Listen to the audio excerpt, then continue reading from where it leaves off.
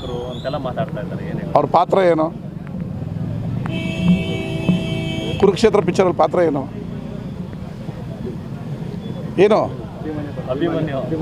ನಾನು 2 ಸರಿ lottery ticket ತೊಗೊಂಡೆ, 1 ಸರಿ ಬಂಪರ್ ಹೊಡೆದಿದೆ. ನೀವು 3 ಸರಿ ತೊಗೊಂಡ್ರೆ ಯಾಕೆ ಕರೆಕ್ಟ್ ನಂಬರ್ ತೊಗೊಳ್ಳಿಲ್ಲ? ಆ ಹುಡುಗರಿಗೆಲ್ಲ ಮಾತಾಡೋದು ಟೈಮ್ ವೇಸ್ಟು. ನಾವು ಕೆಲಸ ಮಾಡೋದು ಮಾತ್ರ ಗೊತ್ತಿದೆ, ಕೆಲಸ ಆಗ್ತಾಯಿದೆ. ಅವ್ರಿಗೆಲ್ಲ ಉತ್ತರ ನಮ್ಮ ಹುಡುಗರು ಕೊಡ್ತಾಯಿದ್ದಾರೆ.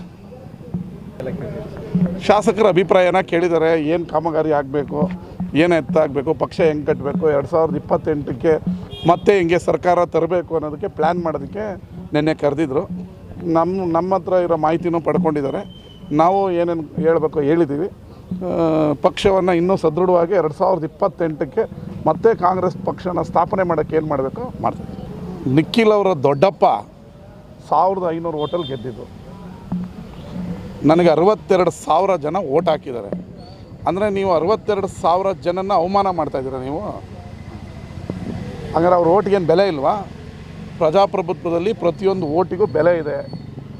ಸುಮ್ಮನೆ ಟೈಮ್ ಪಾಸ್ ಗಿರಾಕಿಗಳು ಟೂರ್ ಬಂದಿದೆಯಾ, 7 ದಿನ ಟೂರ್ ಹೊಡಿತಾ ಇದೆಯಾ, ಹೊಡ್ಕೊಂಡು ಹೋಗು.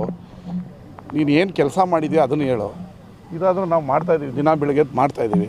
ಸುಮ್ಮನೆ ಅರ್ಚೋದು, ಕಿರ್ಚೋದು, ಕೂಗೋದ್ರಿಂದ ಮಂಡ್ಯ ಇಂಪ್ರೂವ್ ಆಗಲ್ಲ.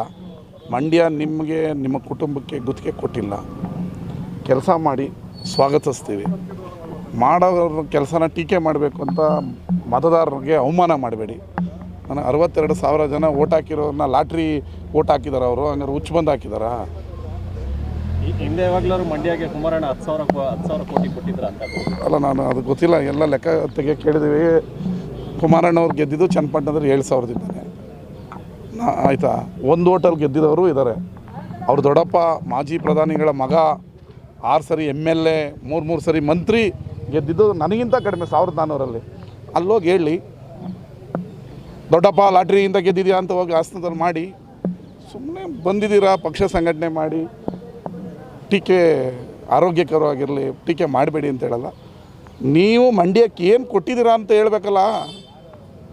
ಇಷ್ಟು ಕೋಟಿ ಕೆಲಸ ಮಾಡಿ ನಾವು ಮಾಡಿದ್ದೀವಿ ಅಂತ ಹೇಳಿ ನಮಗೆ ಬೈದರೆ, ನಾವೊಂದು 10,000 ಕೋಟಿ ಕೆಲಸ ಮಾಡಿದ್ದೀವಿ, ರವಿಕುಮಾರ್ ಏನೂ ಮಾಡಿಲ್ಲ ಅಂತ ಬೈದರೆ we are so happy, acceptable. ನೀವೇನು ಮಾಡ್ದೇ ರೋಷ ವೇಷ ಕುರುಕ್ಷೇತ್ರ ಪಿಕ್ಚರಲ್ಲಿ ತೋರಿಸಪ್ಪ ಅಂತೇಳಿದ್ರೆ ಇಲ್ಲಿ ಬಂದು ತೋರಿಸಿದ್ರೆ ಏನು ಉಪಯೋಗ ಆಗುತ್ತೆ? ನನ್ನ ಸಹೋದರ, ನಾನು ಮಾತಾಡಬಾರ್ದು ಅಂದ್ಕೊಂಡಿದ್ದೆ. ಅವ್ರಿಗೆ ಇನ್ನೂ ಒಂದು ಕಿವಿ ಮಾತು ಹೇಳ್ತೀವಿ, ಬೇಡ, ಕೆಲಸ ಮಾಡಿ, ಮತ್ತೊಮ್ಮೆ ಒಂದು ಸರಿ ವಿಧಾನಸಭೆಗೆ ಬನ್ನಿ. ಸುಮ್ಮನೆ ಟೀಕೆ ಮಾಡ್ತೀನಿ ಪಕ್ಷ ಅಂತ ಹೇಳಿದ್ರೆ ಜನ ಆಕ್ಸೆಪ್ಟ್ ಮಾಡಲ್ಲ.